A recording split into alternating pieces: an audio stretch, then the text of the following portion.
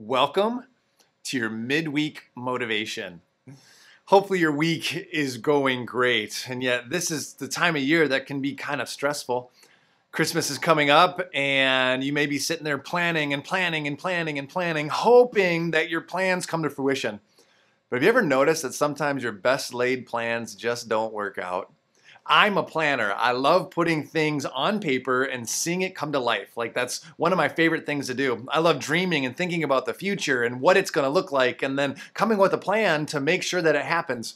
And unfortunately, oftentimes I get frustrated when plans don't work out the way that I want them to. This was one of those weeks.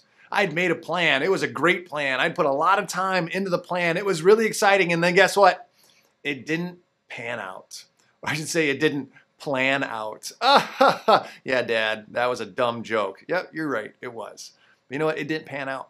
It didn't work the way that I wanted to. And when that happens, oftentimes I can get frustrated or I can get down. I can be bummed out by the fact that it didn't work the way that I wanted to. And unfortunately, with this plan, I kind of dwelled on it. It really bothered me. It stuck with me, and it caused my day to not go very well. Until I worked out, I got done working out, and I was upstairs, and I had a place to go, and I needed to get out of the door, and all of a sudden this idea dawned on me. God didn't speak to me audibly, but he very much impressed something on my spirit, and it was this. He said, you know what? I don't need you.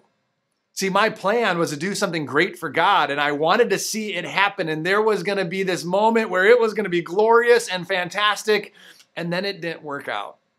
And yet it was such a great moment for God to humble me and remind me that he doesn't need me. Rather, he wants me.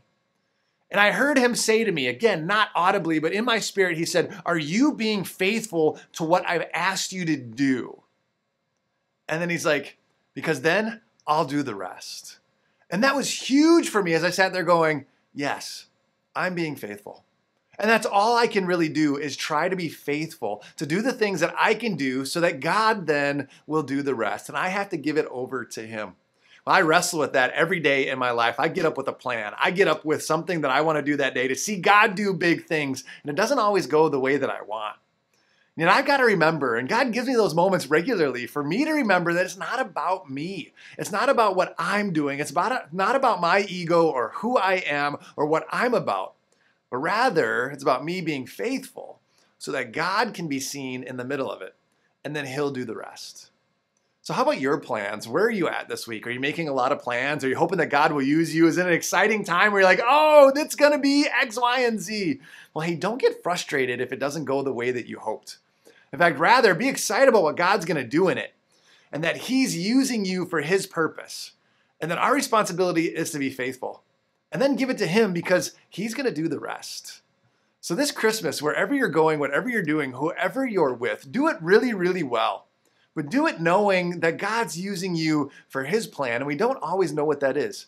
Yet we know that every single one of his plans works out exactly the way that he planned, and we don't have to stress about it. So have a great Christmas. Enjoy the time and see what God does. And then we'll see you back here next week. Have a great week.